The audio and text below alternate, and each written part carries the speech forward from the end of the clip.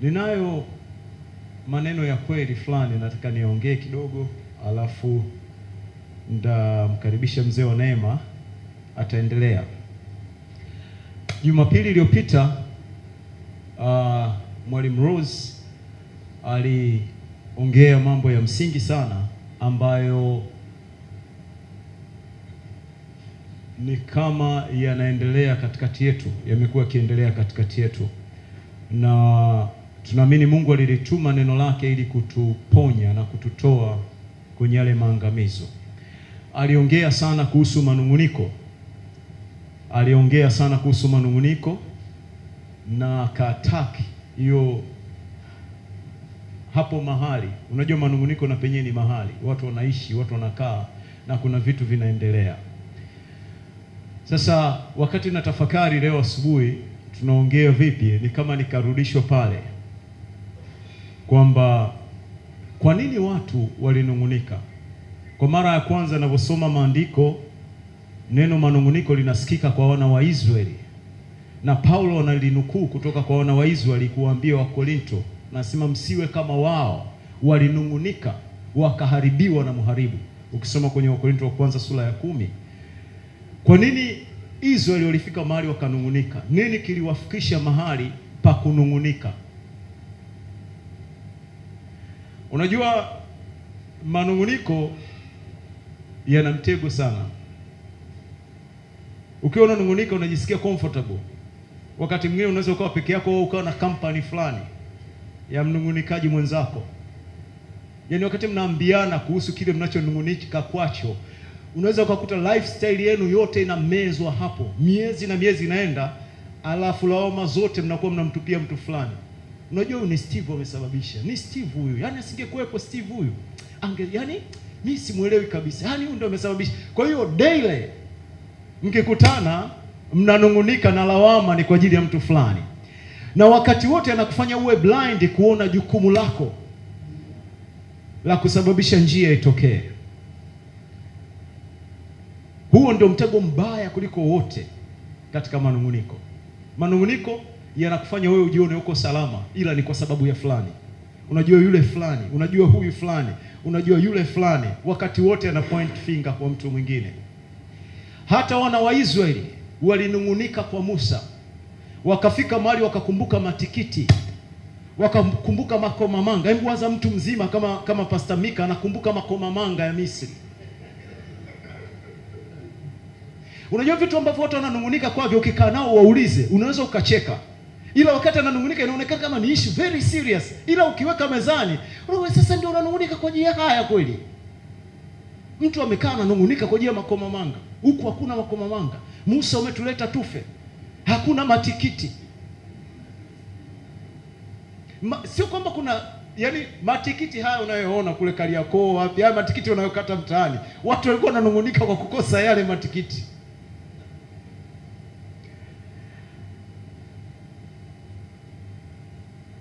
Nini ninachotaka kusema?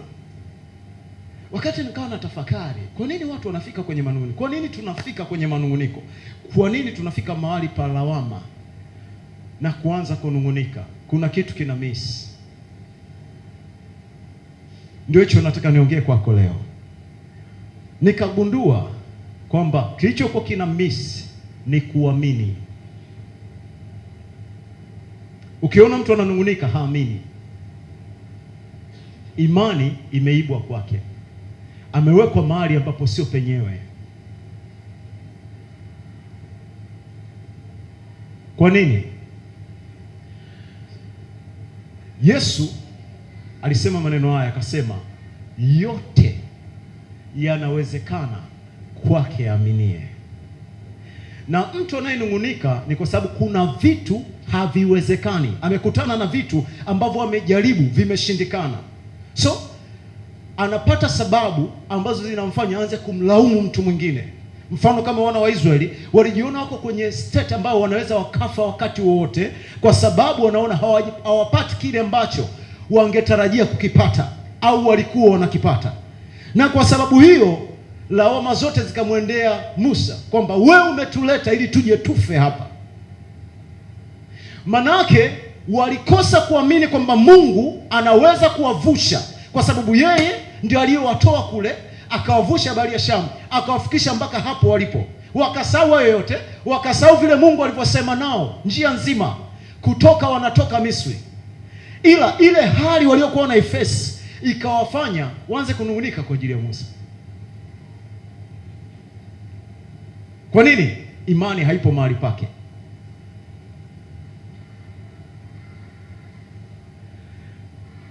Kuna maneno Yesu anaongea ukiyapita kwa haraka ni maneno kama mepesi, lakini sio mepesi vile. Anasema yote yanawezekana kwake aminie. Yote yanawezekana kwake aminie. Yote yanawezekana kwake aminie. Yote yanawezekana. Yote. Hivi unaelewa? Yote. Yote. Anamaanisha yote. Yaani hata hilo ambalo unaweza ukajaribu kuwasukumia wengine ni kwa sababu uamini. Ngoja nikwambie, chochote ambacho unakikabili na una fight nacho ni wewe unatakiwa fight nacho. Moja ya vitu ambavyo vitafanya uanze kuona nusu ya ushindi, toa wote ambao ulikuwa unawalaumu kwamba ndio sababu, alafu baki na lile jambo liface. Naeleweka anachosema? Anasema yote yanawezekana kwake aaminie. Ni kweli unaweza ukaeleza namna lilivyoharibika, namna ambavyo halina sura na haliwezi likawa, lakini yeye amesema yote yanawezekana kwake aaminie. Yote, yote, yote, yote, yote, yote, yote, yote, yote, yote yanawezekana kwake aaminie. Ukiamini inawezekana.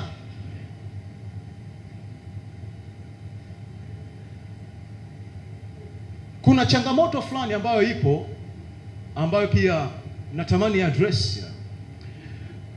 Imani na tumaini ni vitu viwili tofauti. Ila ukifuatilia hata maelezo yake ni kama vinafanana. Ila imani na tumaini, faith na hope, ni vitu viwili tofauti. Watu wengi waliomwamini Kristo wanaishi kwenye tumaini, sio kwenye imani. Nasikika ninachosema? Watu wengi waliomwamini Kristo wanaishi kwenye tumaini, sio kwenye imani. Tumaini ni taarifa fulani za jambo litakalokuja kutokea. Ndio maana mtu anapotembea anasema najua tu mambo yatabadilika. Lini? Ukisema najua mambo yatabadilika, maana yake kuna siku fulani huko mbele ambayo hata sisi hatuijui. Na hiyo ni hope. Hilo ni tumaini. Lakini imani hata siku moja haikwambii siku fulani mbele. Imani inasema sasa. Inasema wakati uliokubalika ni sasa. Siku ya wokovu ni sasa. Imani ni sasa. Tumaini ni huko baadaye. Mambo mengi tunayo face na tumaini, ubaya wa tumaini linakufanya ujisikie vizuri, ila hali haibadiliki. Unavyoongea maneno, hata ukimwambia mtu ipe moyo tu, ipe moyo, unajua kuna siku itabadilika, yaani anajisikia vizuri, ila haibadiliki.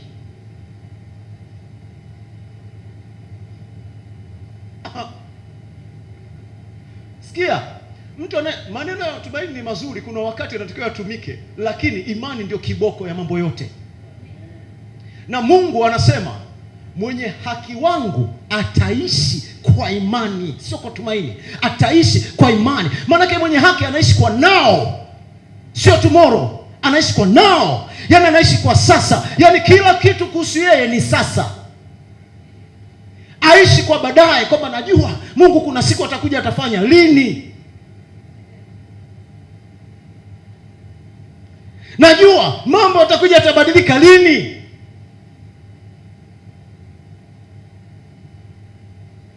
Tumaini na imani ni vitu viwili tofauti.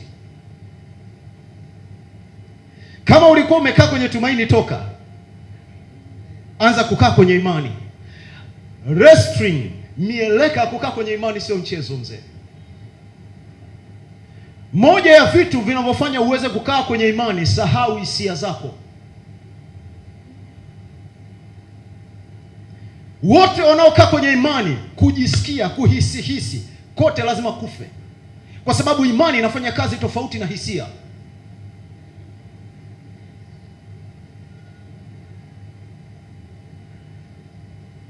Hisia inaweza ikapambwa na tumaini kwamba itakuja, itabadilika tu. Unajisikia tumbo linauma, Bwana atakuponya tu. Lini? Maneno unayonipa ni mazuri, kwenye masikio nikiasikia ni mazuri, lakini kwa situation ninayokabiliana nayo hayana majibu. Hii situation inataka majibu ya sasa, i-change.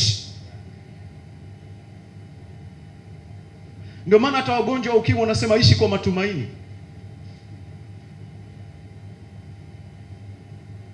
Yaani sio kwamba kuna siku ita-change, ila kama kuna tumaini fulani ambao hata na wao hawaelewi linatokea wapi.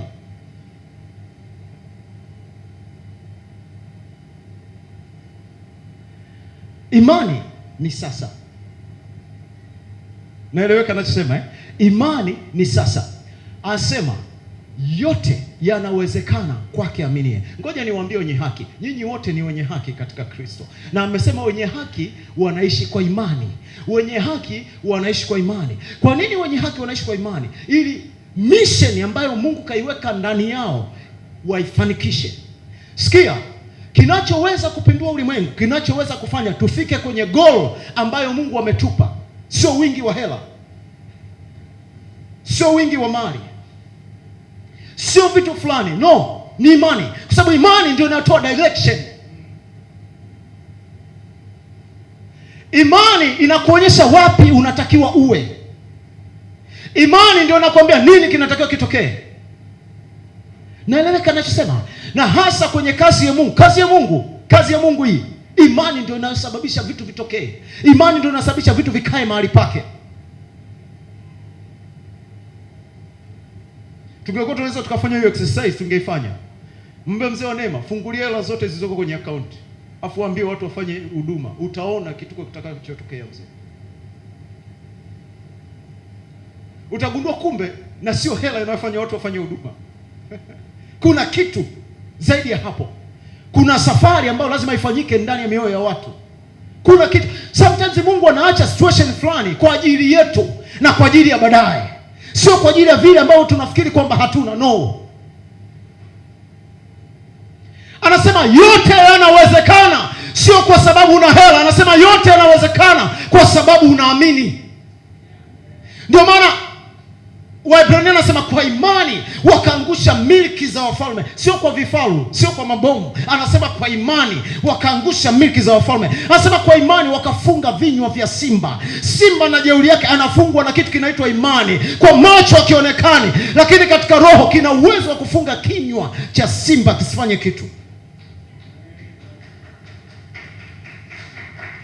Sio kama huwa mnatafakari power ya imani. Yaani hivi vitu ambavyo kwa macho haviwezekani. Yaani unamfanyaje simba tulie awe kama mbwa? Unamfanyaje na ana njaa? Ila imani ina uwezo wa kumfunga simba akakosa cha kufanya. Kwa imani wakaingizwa ndani ya moto, moto ukakosa nguvu ya kuwachoma. Yaani imani ikaparalyze moto. Moto unawaka ila nguvu yake hauna. Afu kuonyesha kwamba hawa walioamini na hawa ambao hawajaamini ni tofauti. Waliowashika kuwatupa kwenye moto wakaungua na moto, ila waliotupwa ndani ya moto wakatembea ndani ya moto. Ila kilichoungua ni mikatale tu iliyofungwa miguuni. Shika, unanielewa nachosema? Walifungwa wakatupwa ndani ya moto, vifungo vikaungua na moto, wakawa free, wakaanza kutembea ndani ya moto. Kwa imani. Ninaeleweka ndugu zangu? Anasema kwa imani wanawake wakapokea wafu wao waliofufuliwa. Kwa imani.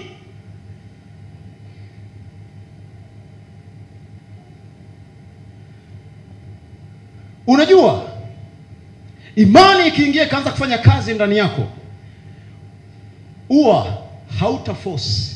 Imani sio kitu ambacho unaweza ukaact kuonyesha watu unaamini. No.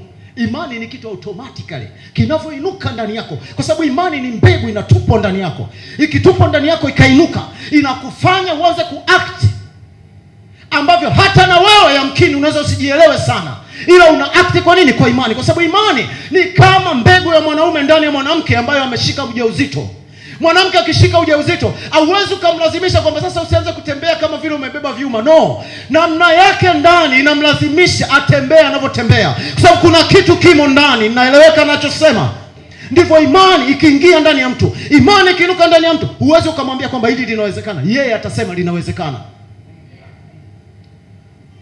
Imani ikiingia ndani ya mtu atakwambia nimepona, hata kama kuna dalili zinaonekana na zipo na zinashikika, lakini anakwambia nimepona. Kwa nini? Kuna kitu ndani ambacho yeye anakiona na kimemfanya ameshift kabisa. Hii nje yake inashindwa kuwa na nguvu kwake.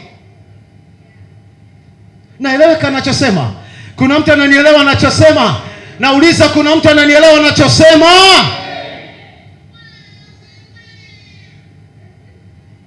Yote yanawezekana kwake aaminie. Yote, rafiki, moja kati ya vitu unavyotoka leo kwamba yote yanawezekana nikiamini. Yote yanawezekana nikiamini. Yote yanawezekana nikiamini. Kwa nini? Nikianza kusema hivyo, naanza kudaiwa safari ya kwenda mahali panaitwa imani. Kwa nini? Ninasubiriwa niishi kwa imani. Si naeleweka nachosema? Yaani niseme kama hivi, sasa hivi Oscar anaishi kwa mzee wa Neema.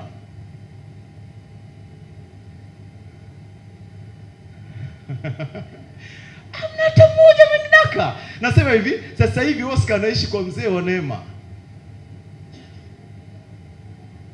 Nyinyi watu nyinyi. Narudia tena, sasa hivi Oscar anaishi kwa mzee wa Neema. Kwa mzee wa Neema ni maskani, ni nyumba, kuna kila kitu pale ndani yake. Ndivyo ilivyo hata kwa imani. Naeleweka nachosema? Yaani imani ni mahali pana kila kitu ukiishi hapo. Naeleweka nachosema? Nikienda kuishi hapo, alafu sio kwamba kuna vitu vitakuja. No, vitu vyote ni nao. Ndio maana imani ni mbinguni. Imani ni lugha ya mbingu. Mungu asemi vitatokea, Mungu anasema vimetokea. Na kule aliko yeye anaposema vimetokea, anaviona vimetokea. Ndio maana hata anapowaambia wanaweza, wanaambia nimewapa ile nchi. Asemi nitawapa kwa sababu wako Misri, wanatakiwa waende Kanaani. Anasema nimewapa. Ndio lugha ya kwake ilivyo. Na nikishaingia kuishi kwa imani, maana yake kwenye ulimwengu ambao Mungu yupo, sisemi vitu vya kule, sisemi vitu vya kesho, kwa sababu vyote hivi. Unajua kwa imani hakuna future.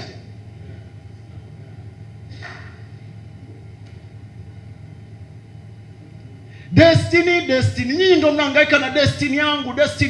Wanaoishi kwa imani destiny wanayo, wanaishi ndani ya destiny. Ukiingia kuishi kwenye ulimwengu wa Mungu hakuna kesho, wala hakuna jana. Kuna sasa tu. Kila kitu ni sasa. Ngoja nikwambie, ninapozungumza hivi, ukiamini, sina maana kwamba unapoamini lile jambo limetokea pale katika namna ya mwili. Ila unapoamini huwa ndani yako unajua ni nani. Kuna mtumishi mmoja niwetoa nafikiri testimony. Alikuwa naomba, hakupata majibu ya mambo aliyokuwa anayaombea. Baadaye kana amekata tamaa, amevunjika moyo, ananungunika. Baadaye Bwana akamuuliza, vipi? Mbona unanungunika? Nini? Shida nini? Sema, Bwana, umepita muda sijajibiwa, na neno lako linasema tukiomba tunapokea. Asema, kwani uliomba nini? Akasema, niliomba baisikeli. Akamwambia, baisikeli ziko nyingi. Kuna Avon, kuna Phoenix, kuna BMX, kuna nini. Wewe uliomba baisikeli gani? Yaani naye ndio anazinduka, ajui aliomba baisikeli gani, ila aliomba baisikeli. Akamwambia ziko nyingi. Kwa hiyo hata mimi huku Mungu nimeshindwa kukupa, nikupe ipi? Maana sijui kama unataka BMX au Phoenix au Avon. Unanielewa anachosema? Au swala, asante sasa. Au swala, inawezekana unataka swala kangafu wa kubebea nani ule mizigo mizito, au sio? Mjeda unakumbuka swala?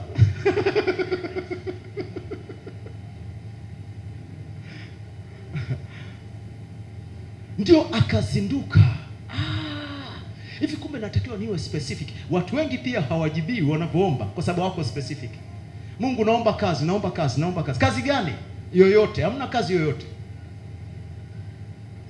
Hakuna kazi yoyote. Hakuna mahali pana kazi yoyote. Haipo. Huo ni moja kati ya ujinga ambao walokole wengi wanao. Naomba kazi yoyote.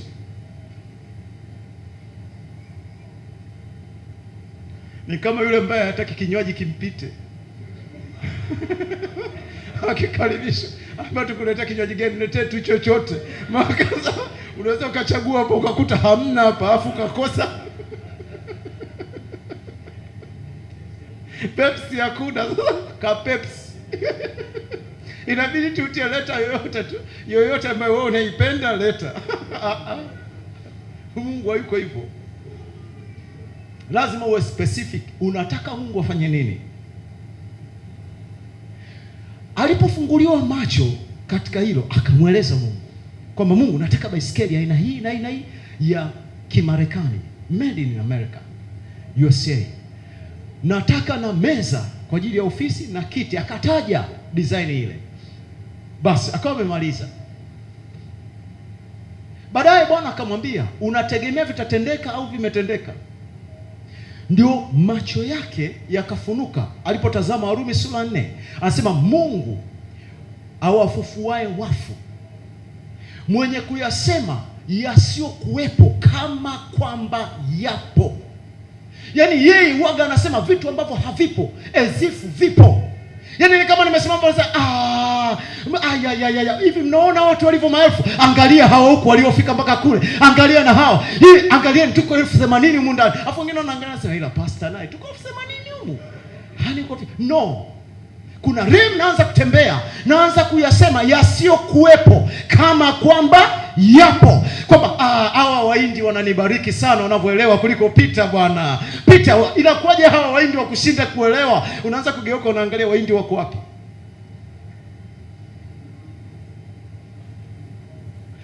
Nikianza kuongea lugha ya Mungu, ndaongea kinyume sana na nyinyi. Ndio maana Paulo kuna wakati alivyochukuliwa kwenye realm za kimungu, akafika mara akasema, nikasikia maneno ambayo haijuzu mwanadamu ayasikie.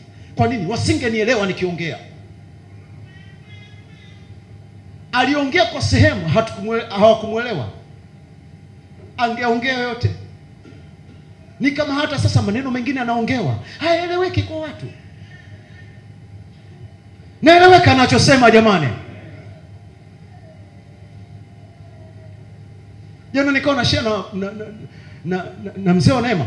Kuna rais mmoja wa wapi sijui Manila sijui wapi Philippines sijui wapi ametuma comment, akawa na wa challenge kwamba kama mna Mungu, mnasema Mungu yupo, mtu apige naye selfie afu aniletee. Yaani nikapiga selfie na Mungu afu nimuonyeshe kwamba Mungu yupo. Umenielewa? Ni simple tu, wala sio challenge. Unataka umuone Mungu? Si mimi hapa, si umeniona? Aliyeniona mimi amemuona Mungu. Ila ndani humo mwolokolo kwanza, yani siku za mwisho hizi, angalia watu wanavyoongea. Wanasema tukamwonyesha. No, unakuwa challenged wewe. Unaulizwa, unajua kwamba wewe ni nani? Unajua kwamba umefanyika kuwa Mungu? Unajua wewe ni Mungu katika namna ya kuonekana, kumpresenti Mungu asiyeonekana? Kwa hiyo manake imani yako inakuwa challenged, ila kwa sababu wengi hawaamini. Wengi wana Mungu ambaye yuko somewhere, ndio maana wanashindwa kumweleza.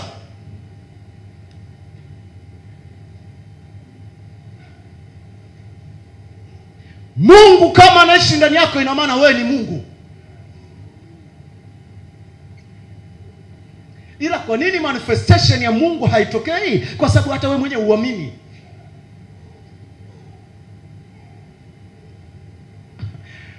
Kama kuna mtu ananielewa ninachosema jamani?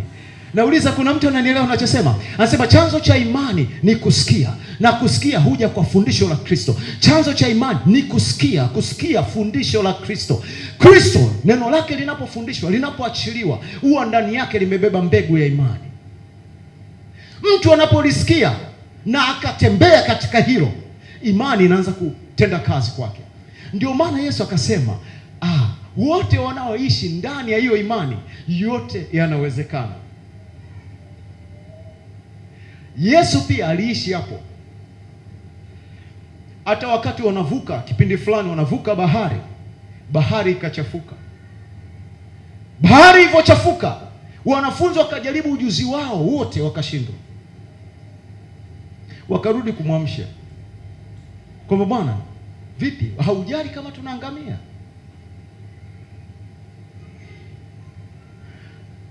Alikokuwa anatoka siko walikokuwa wanatokea wao. Yeye alikuwa anatokea kwenye realm nyingine ambayo haya mawimbi hata yangekuwa yanapiga vipi hayatishi. Si naeleweka jamani? Kuna mtu ananielewa ninachosema? Nauliza, kuna mtu ananielewa ninachosema? Nauliza, kuna mtu ananielewa ninachosema? Yaani inapokuja, yaani kila wakati nikiangalia napata challenge. Mimi nashindwaga wakati mwingine kusema kwa sababu ya kile ambacho Embu waza, wana wa Israeli wamefika kwenye bahari ya Shamu. Wanaanza kulia kwa sababu wana limitation ya kuona, na hawaoni njia ya kusonga mbele ili kuwafanya wawe mbali na Wamisri. Bahari imefunga mbele, ila Mungu anavyoongea anawaambia, waambie wana wa Israeli wasonge mbele. I wish you catch haya maneno. Yaani kwamba Mungu unaongea nisonge mbele. How? Yaani kuna namna, ina maana Mungu unaona ambavyo natakiwa nisonge, ila mimi kuna namna sioni vile ambavyo natakiwa nifanye nini? Nisonge. Wakati wote nikitafuta kuona Mungu anavyoona, hakuna kitu ambacho hakitawezekana kwangu. Na ndicho Mungu anachotafuta kwetu, tuone anavyoona, tutende anavyotenda, tuseme anavyosema. Tukikaa hapo, vyote vinawezekana. Mama wa Yesu akagundua kitu. Kwa miaka yote aliyokaa na Yesu, siku kuna harusi Kana, mama akaenda kule, Yesu naye katokea kwenye harusi. Ghafla wine imeisha. Mama ikabidi amfuate Yesu.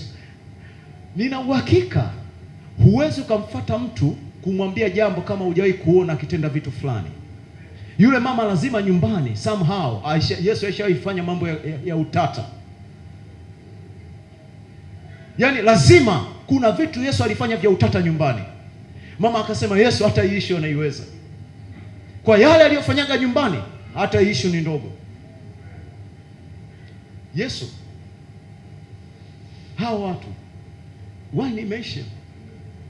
Mwanamke, Yesu, mwanamke kaksi. Hivi unajua Yesu pia alipokuwa anasema vile ilikuwa iko sawa. Hivi unajua Yesu aliingia fully na mwili wake ndani ya Mariamu Unajua Yesu hakuchukua chochote kutoka kwa Mariamu.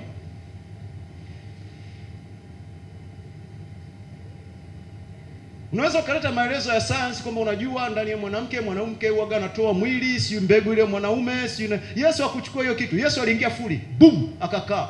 Alipofika miezi 9 akatoka. Hakuna kitu alichukua kwa Mariamu. Kama angechukua angekuwa na dhambi, kwa sababu ya asili ya dhambi alionayo Mariamu.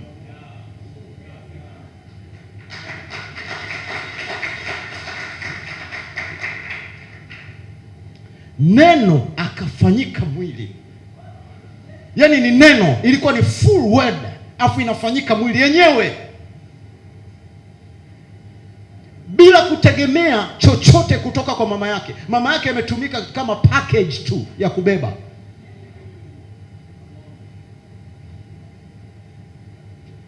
Akazaliwa, hakuchukua kitu kabisa kwa mama yake hata kidogo. Aliingia mzima, akatoka mzima. Tuna nini we mwanamke? Saa yangu haijafika bado. Hivi kumbe kuna mambo mengine tunaweza tukawa tunayakimbilia, kumbe saa haijafika. Tunaweza tukaumizana mambo, kumbe tu hatujajua kwamba saa haijafika.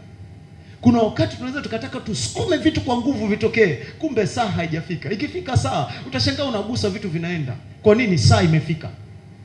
Tuna nini mimi na wewe mwanamke? Saa yangu haijafika bado. Maanake wakamwacha. Kuna upepo saizi tusije tukauvuruga hapa. Wakamwacha. Ila kuna neno mama yake akasema ambalo likawa-connect wale watu pale na imani. Akasema lolote atakalowaambia fanyeni. Sio kama unajua utajiri wa hayo maneno, kwamba lolote Yesu atakalokuambia fanya, usiulize, fanya. Lolote atakalokuambia fanya. Ndio maana baadaye ukianza kufikiri nao ni kama walifanya vitu vya kijinga sana ambavyo ungefikiri muujiza usingetokea. Ila kwa sababu mama yao aliwa-connect, mama yake Yesu aliwa-connect na imani. Lolote, wakasema okay, mama yake alisema lolote atakalotuambia tufanye. Hapa hamna haja ya kuuliza. Ametuambia tufanye tuchote maji, tujaze kwenye mabarasi.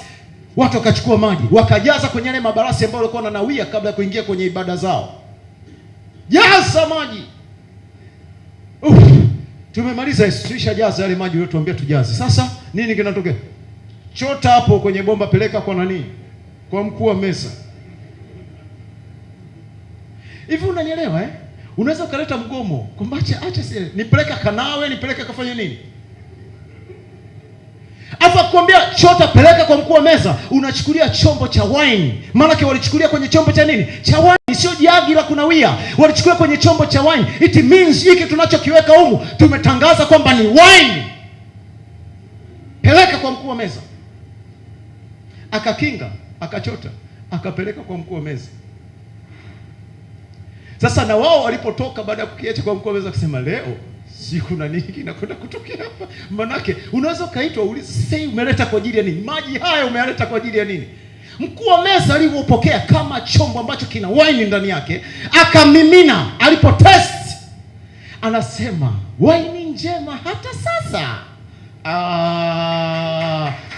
Naeleweka anachosema. Imani chanzo chake ni kusikia, na kusikia ni neno la Kristo. Nikilisikia neno la Kristo nikakimbia nalo, hiyo ndio imani. Na neno la Kristo wakati wote ni sasa. Lina deal na situation za sasa. Amefika, amemkuta Petro amechoka, amevua usiku kucha. Anambia, akaingia kwenye boti zao, akazitumia. Baadaye anawaambia Petro, tupa nyavu mpaka kilindini mvue samaki. Petro kidogo kwa sababu ya ule ujuzi na anafahamu hali ya hewa, akaleta ujuzi kwamba lakini Bwana, unajua tumefanya kazi ya kuchosha usiku kucha. Maana alikuwa anamwambia kitaalamu usiku ndio wakati wa kuvua samaki. Kwa sababu tunawawekea ile taa, ule mwanga unaovutia samaki kuja, tunawakamata kirahisi. Saizi mchana huu na jua kali hili, samaki wote wanakimbiaga ndani kwenye kina. Na ndio hata sasa ukienda feri kwa uliza watakwambia hivyo hivyo. Ila kuna kitu Petro akakigundua tofauti, akasema lakini kwa neno lako nitazishusha nyavu. Maana nyavu wakati zinashuka zikiwa na command ya Kristo. Pale mahali ulipokosa mwanzo hautakosa sasa hivi. Nasema hautakosa sasa. Nasema hautakosa sasa. Kuna kitu ulikuwa unafuatilia ufanikiwe, kifuatilie tena. Ninasema kifuatilie tena. Ninasema kifuatilie tena. Ninasema kifuatilie tena. Ninasema unapotoka Jumapili ya leo kifuatilie tena.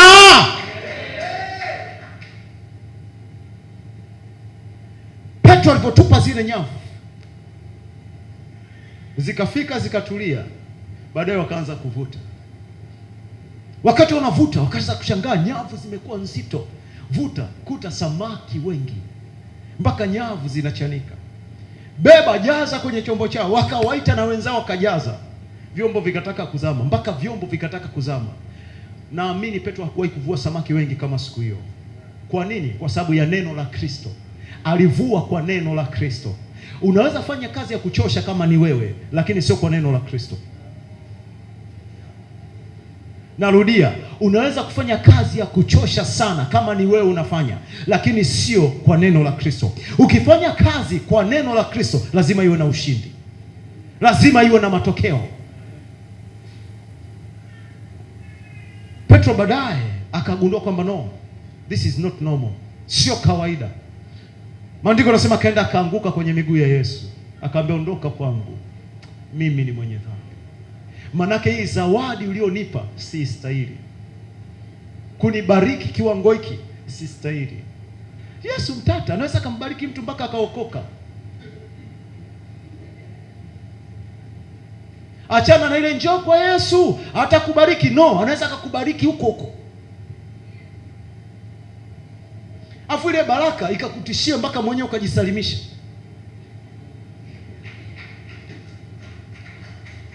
Na unajua sasa hivi ndio watumishi tunatakiwa tu active pia. Kuna watu ambao inatakiwa kabla kumwambia muamini Yesu, kwanza umbariki. Kwanza akaone tofauti ya mwanzo kabla hajakutana na wewe na baada ya kukutana na wewe. Paulo anasema ni kama maskini lakini tukitajirisha wengi. Maana kuna namna, tuna capacity, tuna uwezo, tuna nguvu, tuna kitu ambacho tunaweza kutajirisha wengine. Natamka vitu, mtu anakwenda anafanikiwa, alafu akirudi anaanza kutubu.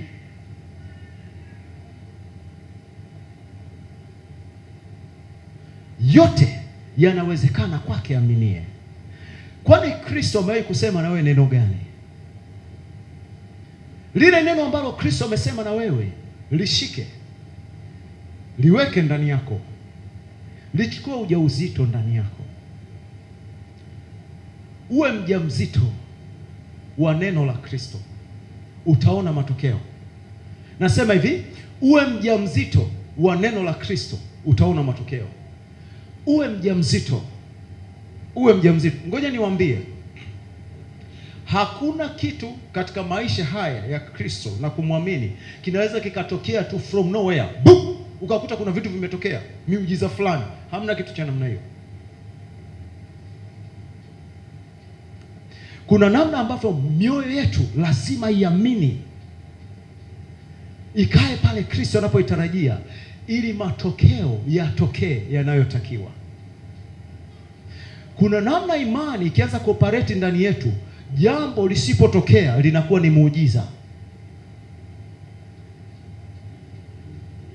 Kuna namna moyo wako ukikaa, ngoja niwaambie sijui kama wengi experience mtakuwa nayo. Kuna vitu Mungu akifanya kwa maisha yako, kuna uhakika fulani na ushahidi fulani unakuwemo ndani ya moyo wako, ambao hata kama sisi wote hapa tungepinga, bado ule ukweli ndani yako unabaki kuwa ukweli, kwamba hiki kitu kimetokea.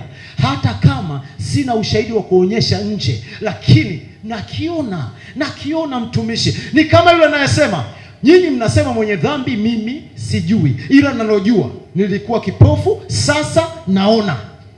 Yaani kuna vitu vinatokea ndani ya mtu, vinaweka ushahidi ambao hata kama watu nje watapinga, bado haifuti.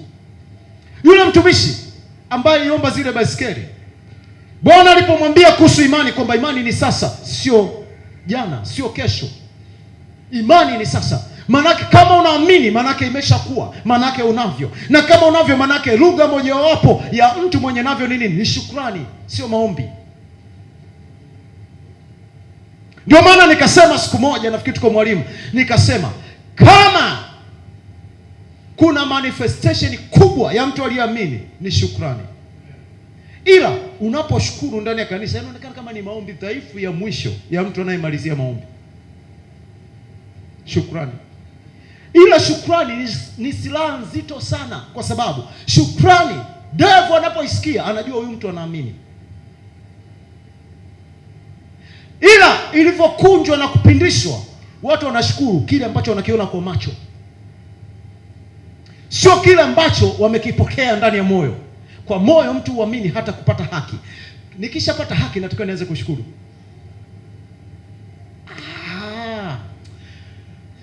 Yani natamani, yani msikie, yani sijui na, yani nawamisi, yani nawamisi. Mji wa imani ni mji wenu. Anasema kwa moyo mtu uamini hata kupata haki. Anaipata haki ya nini? Haki ya afya njema, haki ya kufanikiwa katika mambo yote, haki ya kushinda, haki ya kumiliki, haki ya kutawala, haki ile kwa moyo mtu huamini hata kupata haki. Haki ni title deed ya umiliki wako ambayo unaipata kwa nini? Kwa moyo. Anavyosema kwa kinywa ukiri, kinywa kinaleta udhihirisho wa kile ambacho moyo wako umekipata. Yule ndugu alivyoambiwa vile, asema Mungu, ninakushukuru kwa sababu ninayo baiskeli, ninayo ile meza na ninacho kile kiti cha ofisi. Ninakushukuru. Aliposimama kwenye ibada, ana kanisa dogo tu la watu wachache. Yaani hapa nyinyi ni wengi sana, ni muujiza mkubwa kama angekuwa na nyinyi. Akasema, namshukuru Mungu amenibariki. Ninayo baiskeli ya Kimarekani nzuri sana. Ninayo na meza na kofi na nani na nini office chair. Akataja zile office chair, gharama yake ilivyo, meza. Kanisa watu wakaanza kucheka. Sababu si unajua kuna wakati ukianza kutembea kwenye imani unakuwa umechoka, ila ndio imani ndio inaanza kukubeba kukuondoa. Walipomaliza ibada, wachungaji fulani wawili waliokuwa mle ndani ya kanisa wakamwambia, pastor, tunataka tuongozane na wewe tukaione baiskeli na meza na kiti ulivyotushuhudia kwamba unavyo. Bwana amekupa. Anasema, nikasema watu hawa, asema twendeni nyumbani. Wakaenda mpaka nyumbani kwake. Walipofika nyumbani kwake, sasa amewakaribisha. Sasa wanaangalia baiskeli iko wapi, meza iko wapi, kiti kiko wapi? Baadaye akamwambia, hivyo vitu ninavyo, viko ndani yangu. Yaani sasa hivi mimi ni mjamzito, nina ujauzito wa meza, nina ujauzito wa baiskeli, nina ujauzito wa kiti. Wale watu wakacheka sana, wakasema, yaani kama kuna watu wameanza kuwa machizi, wewe ni wa kwanza umeanza kuchanganyikiwa. Ila wakati anasema alikuwa yuko serious. Out of your belly shall flow rivers of life. Maisha na majibu yote ya maisha yanatokea hapa. Hivi ninavyowaambia, hata maneno ya Kristo yakiingia ndani yako ukayabeba kama ujauzito hapa, utakuja kuyazaa. Na ukisha kuwa nayo na wewe utajua. Ninamfahamu mhubiri mmoja ambaye mwaka 81 neno la Kristo lilipotua ndani yake kama mbegu ya utajiri ilipofunuliwa, akasema, sitakuja niwe maskini. Na alitoka kwenye familia maskini. Kupata yai moja kula ni muujiza. Leo ni mmoja kati ya wahubiri matajiri wakubwa duniani. Ana ndege si 6 si ngapi. Ila sio kwamba ilitokea kwenye bidii fulani na ujanja fulani, ila kuna neno lilifunuliwa likaingia ndani yake.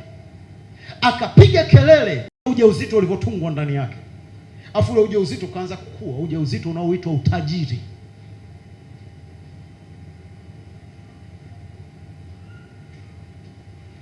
Ngoja nikwambie, hata wewe ambaye unatafuta kuolewa, unatafuta mume, lazima umpate kwanza ndani yako. Hao wabangaizaji wengine wa nje hata kukumuta.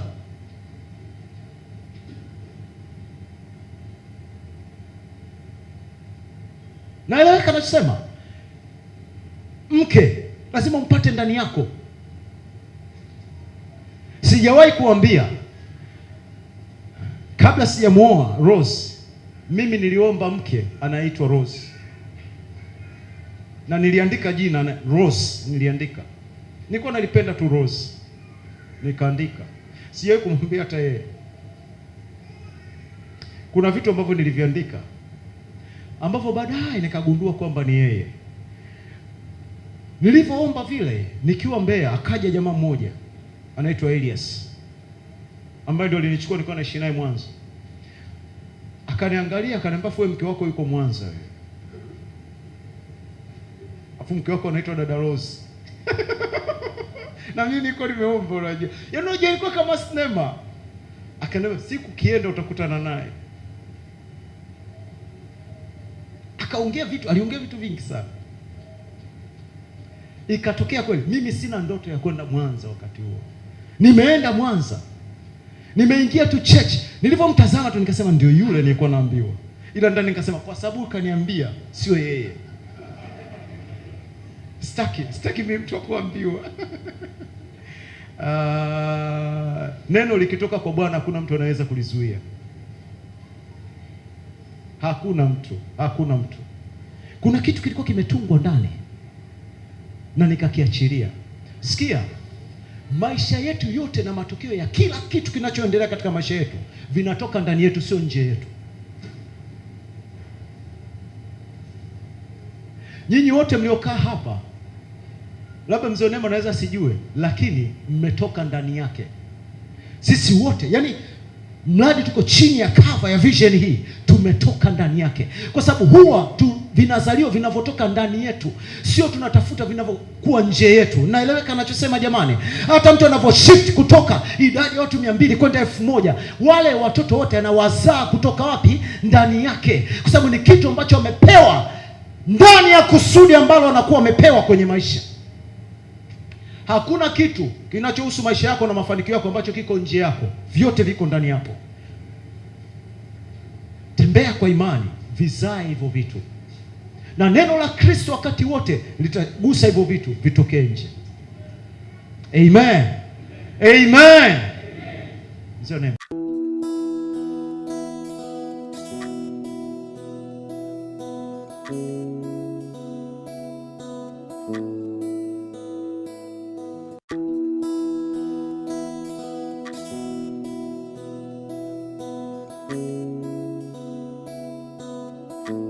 Kweli na hiyo kweli itawaweka ni kweli tu, sio kitu kingine brothers.